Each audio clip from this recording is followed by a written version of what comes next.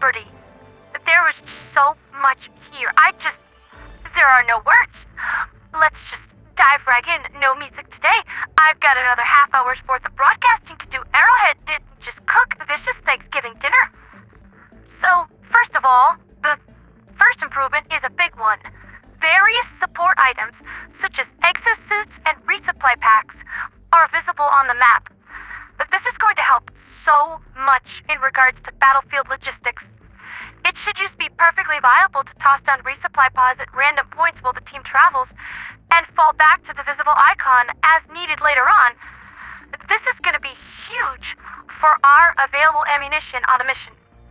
Ricochets are removed from orbital stratagems, Eagle 1 bombs, and spear missiles, possibly for the purposes of bug fixing. Understandable. Now, recently I had filed a complaint against the Ministry of Defense in regards to battlefield casualties.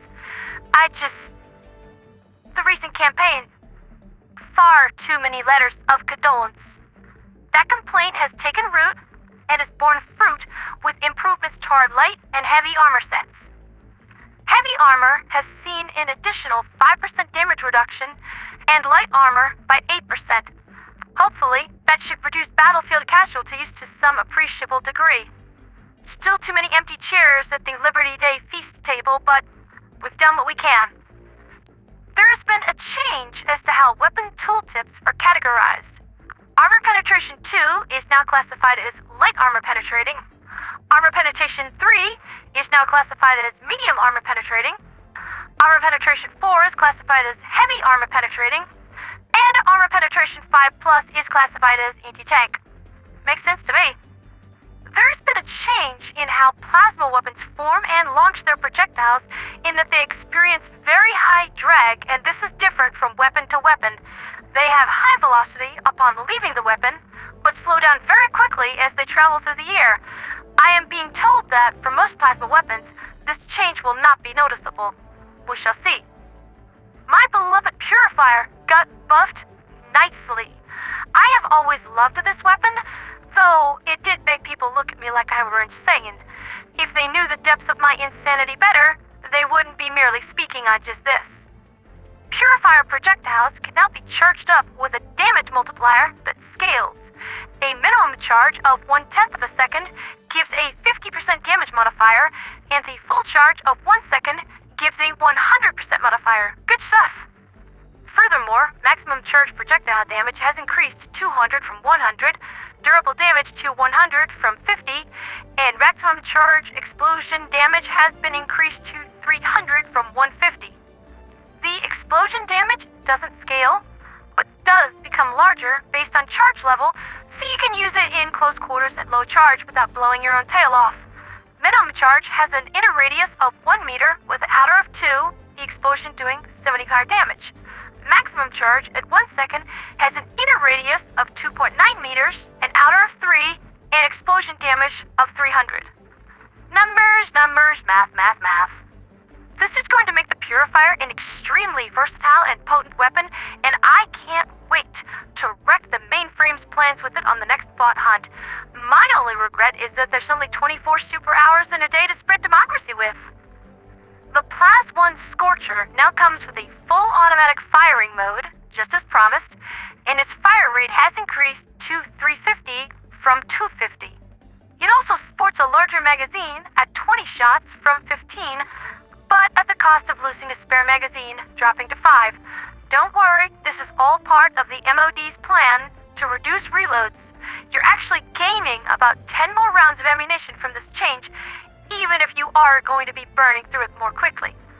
The Plasma Punisher saw firing rate improvements, 100 from 80, and has reduced recoil. Takes good, less filling.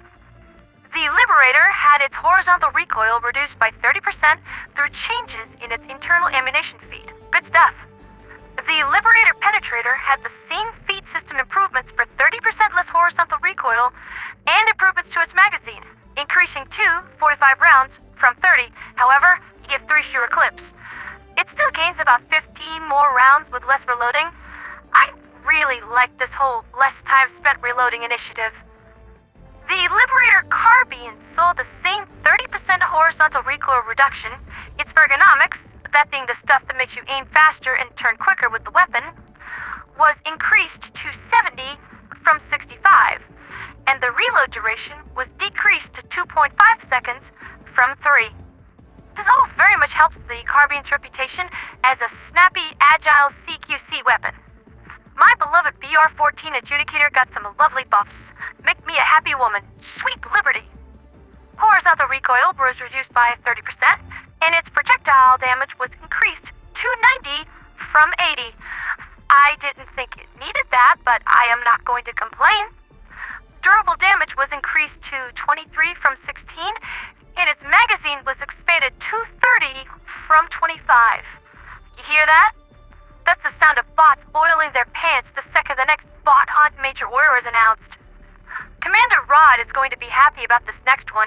The AR-61 Tenderizer, aka the Merida Mark III, now has varying fire modes, swappable between 600 and 850 rounds per minute. Bringing up the rear for primaries, the GR-5 Dominator Bolt Gun just got moved from the explosive category to the special weapons category. Okay then. Now we're moving to secondaries, starting with the Verdict. Its armor penetration was increased to 3 from 2, its durable damage got whomped to 32 from 13, and stagger force increased to 15 from 13. All very good improvements. The Senator was buffed to see increased armor penetration to 4 from 3 due to improvements in bullet manufacturing design. Projectile damage was increased to 200 from 175, and durable damage increased to 70 from 35. I did not think the good Senator needed buffs like this, and that it was in a good spot before, but this all just sounds like really fun to use. Complaints about the stim pistol have reached the ears of the Ministry of Defense and have resulted in some improvements. It is now significantly more accurate with its spread decreased to 5 from 30 and muzzle velocity increased to 200 from 80. This will make it much easier to hit Helldivers who are frantically trying to dodge bug claws or bot lasers when healing matters most. Now there are some notes on utility. Our packs of throwing knives were increased to 20 from 8. Considering these can be reshilled from ammo packs and do 3 armor pen, I might try these at some point, if only for style. My friend Miracle always did think I was a little weird for liking throwing knives in Hunt Showdown, but hey girl, they were free, and I'm gonna use them. Vanilla grenades got buffs all around, with high explosive grenades going to 800 damage from 400, my beloved fragmentation grenades moving to 500 damage from 250, and incendiary grenades going to 300 damage from 150. Now, small bombs boom big. Next up are stratagem support weapons, and we are eating good. The AC-8 autocannon now has programmable munitions, toggleable, just as I wanted, from normal to flak projectiles whenever you want. Flak projectiles are proximity-triggered shrapnel explosions with a larger explosive radius. Does anyone want to see what this does to a bane of Terminid hunters? Because I really, really think I do. Likewise, the recoilless rifle has similar programmable munitions, toggleable between normal and high explosive rounds. HE rounds have a larger explosive radius, but at the cost of projectile damage and armor penetration. I could see this being very useful against Shrieker swarms. The cursed airburst launcher had its reload duration reduced by 2 seconds. Not that I would advise anyone to use this all the same. This weapon has a nasty reputation for team kills and for going off in your face. The stalwart LMG saw an additional handling improvement, always appreciated. The OG MG43 machine gun got buffed rather nicely with its magazine capacity moving to 175 from 150, and you get an additional starter magazine to 2 from 1. I always thought that this was just the perfect weapon to start new recruits off on. Many think that because it's unlocked right at the start of the game, you're supposed to ditch it in favor of the stalwart when you can unlock it. This is absolutely not the case. With good ammo capacity, medium armor penetration, good rate of fire and ease of use, it actually remains very versatile and potent all the way up to D10. I don't see an awful lot of people singing this weapon's praises, and I really think we're missing out on something special because of that. The HMG-206 saw a similar improvement with its magazine capacity expanded to 100 from 75. I adored this weapon before, and now there's just more to love. Now we move on to backpack units. The Lift 850 jump pack saw a number of improvements with its cooldown bumped to 15 seconds from 20, has a stronger thrust force, and its thrust vector has been tweaked with a slightly higher jump and more forward momentum. All the easier to keep on the bounce, Trooper. Yeah, I know, my patriotism scores increased by at least 3% for that reference, and this is probably also the same reason why Commander Rod keeps on trying to poach me for the 95th. All the same, I do have a job to do as low-sodium representative, and I could never leave my home in the Arinyes in the Demon Corps. The AX-AR-23 guard dog saw a rather interesting improvement in that it is now loaded with Liberator penetrator rounds, sporting increased armor penetration to 3 from 2, but decreased damage to 60 from 70, and a smaller magazine, 30 from 45. Furthermore, all drone backpacks now have the option to be turned on and off, returning to the backpack module when not needed. I was going to assume that this also reloads them, but you would be assuming wrong. It does not do this, but it absolutely, totally should. The only use for this is to turn your guard dog off when in close quarters with other teammates to avoid friendly fire, which you could do by pressing the same button that you would normally use to access your supply backpack. 5 on keyboard, and down on the D-pad with controller. Shame. I really expected more from this change. Ah well. Offensive stratagems comes next, starting with the Eagle Strafing Run.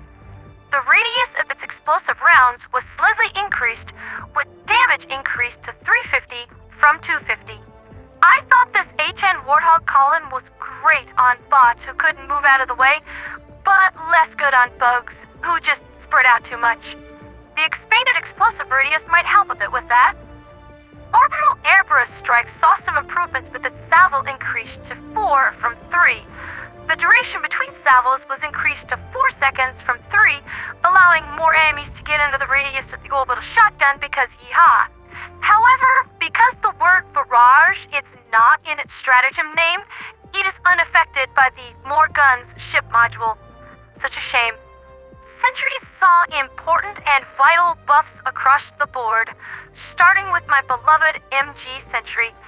Its magazine was increased to 175 from 125, cooldown further reduced to a mere 90 seconds from 2 minutes, but its lifetime was reduced to 150 seconds from 180. This change to cooldown means that you can have multiple MG turrets guarding the same area at once. Ever since its initial changes back during the July Mega Patch, I have always felt that the MG turret was extremely reliable, dependable, and just a really solid choice. Now it's all that and a bag of chips. You can pretty much just freely toss these down anytime you want without fear if you sense you are going to be fighting any kind of light enemy whatsoever. Terminids beware. In fact, I could see myself just taking an MG turret along, even when I'm not rocking out my usual sentry build.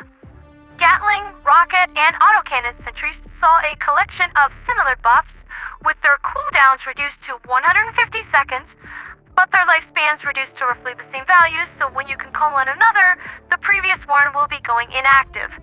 Furthermore, the Gatling sentry had its internal ammo stores expanded to 500 from 400, because Buggy's always hungry for democracy and just can't get enough. Now, I tested this next change on some interns from the Bringer of Mercy, and wow, this thing is dynamite. The Tesla Tower had its charge time reduced to a third of its previous value to 1 second from 3. Its cooldown was reduced to 2 minutes from 150 seconds, with its lifetime being reduced to the same 150 seconds. You can just look at this thing now, and with the sheer amount of energy crackling in the air, you know that if you go anywhere near this thing, you are going to be courting instant and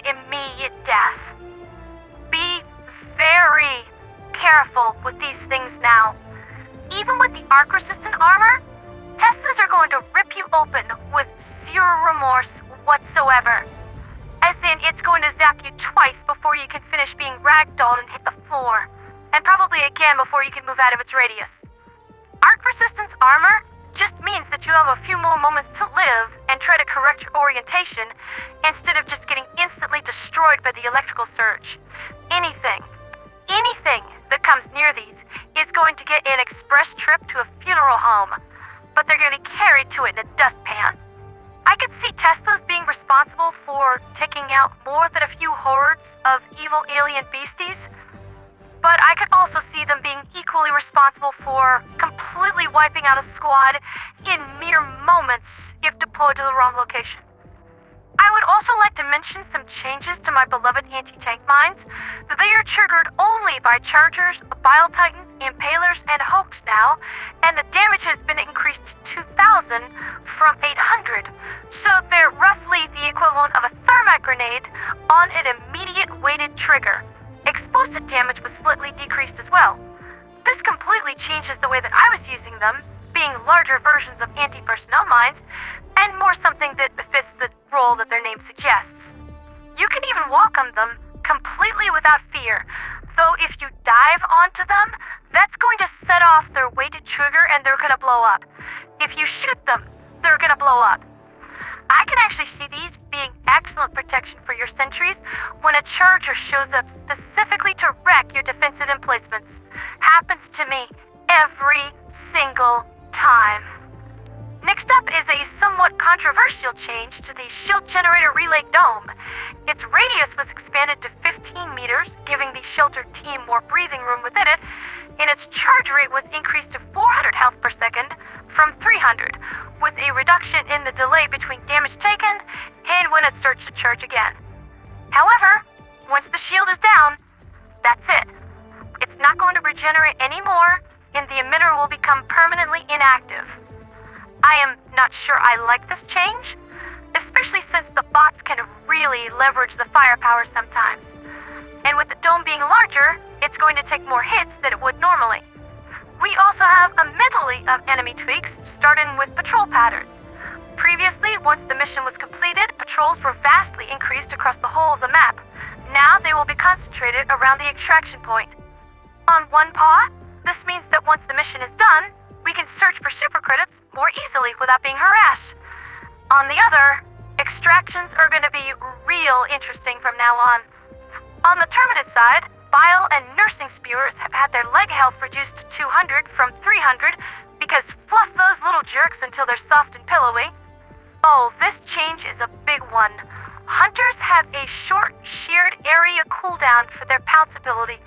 Oh, sweet Liberty, thank you. These things have always just been awful, and getting wombo comboed by a whole pack of them just sucked so much. Amusingly, hunters and scavengers can now blow up completely if affected by enough damage. I have noticed that warriors did this previously too, if you shot them with a fully charged railgun. It turns them into an exploding tube sock full of lime Kool-Aid. I can't wait to try this out. Next up is the bot front. Their universal awareness has been nerfed hard, and they can no longer track you through walls while hidden, and cannot ignore smoke effects. This also means they can't shoot you through the wall anymore, or see you where they shouldn't. Oh, now that is some bullshit. Hey, you will keep a clean mouth on my show, or else I'm gonna start using you to store my anime on. You'd better be Demon Slayer then. Inuyasha. I'll behave, Liam. That's a good puppy. Small automaton projectiles used by devastators, emplacements, and conscripts have had their damage reduced to 35 from 40. This isn't the massive change that you think that it might be. We only have 125 HP total, if I am reading Roar's spreadsheets correctly. Heavy projectiles, used by heavy emplacements and scout and reinforced striders, have had their damage reduced to 60 from 65, so hopefully less getting instantly blacked by them. Hulk bruisers have had their energy-based cannons reverted back to rocket launchers because of some cunning super Earth sabotage, and thank goodness for that. When I realized that these were the white-hot finger of death cannons from out of the blue on automaton command bunkers, I realized immediately how dangerous Hulk bruisers became, because end your fluffing life almost immediately. Even if they missed, they would still ragdoll you, and once that happened, the next shot would not miss. What the f***? They're guessing everything I've got. First time, all Devastator head armor has been reduced to 1, with head health reduced to 100 from 110, including Berserkers, and the Heavy Devastator, aka the Chain Gunners, have had the pause between their laser salvos increased to further provide Helldivers with a better opportunity to counterattack them. Make no mistake, that laser salvo will still turn you into a pack of shredded cheese if you try to face tank it. I'm going to fire my R&D team. That's probably a good idea. Out of the cannon. Into the sun. A bit extreme, but you do you robotic socialist psychopath. Now we move on to tanks. All frontal tank armor has been reduced to 5 from 6, reverting them back to what they were. Precision orbital strike might blap them a little easier now. Similarly, Annihilator and Shredder tank turrets have weak spots with their own health pool, which matches the tank's previous total health. Blap this weak point, tank go bye-bye. Oh, and these weak spots deal 200% more damage to the tank's total main health. How am I supposed to cope with any of this? That's the beautiful part. You won't. When I'm done with this bug hunt, I'm coming for you, Toaster, and then we'll answer the age-old question. Do you feel fear? I'm returning to Cyberscan. This isn't over, organic. Answer, yes. Lastly, the Barrager tank turret will also be destroyed when its body is, putting a halt to awkward moments when Helldivers thought the Tango was down, but its weapons still worked well enough to vaporize them anyway. Lastly, there are a few resolved top priority issues, mostly related to enemies seeing and shooting you where they shouldn't, some crashes and soft lock fixes, General Brash returns from his holiday retreat in a foggy hillside town, and that's it. Oh, good patch day. I am overjoyed by all of this, especially those sentry fixes. I am looking forward to all of this tremendously. Now, before I close the show out, let's do a quick recap of the morning news. Gacrux has shown some extreme progress during the night, going from 40% liberation to 90 while I was asleep. It should be fully liberated in another few hours, probably pretty close to when I could push this massive broadcast out. However, the anticipated attack on Gatria has finally arrived, but the initial defense seems to be going well. Once they get the reinforcements from Gacrux, I imagine Buggy is going to be on his way out the door with a boot print on his butt, as it should be. That's been Liberty's Latest with me, Pandora, the Radiant Angel, covering yet another amazing, glorious mega patch day. We've been on the back foot for a little bit when it comes to the TQZ, but with all these buffs, changes, and fixes, it's time to start giving some back. Helldivers to Hellpods.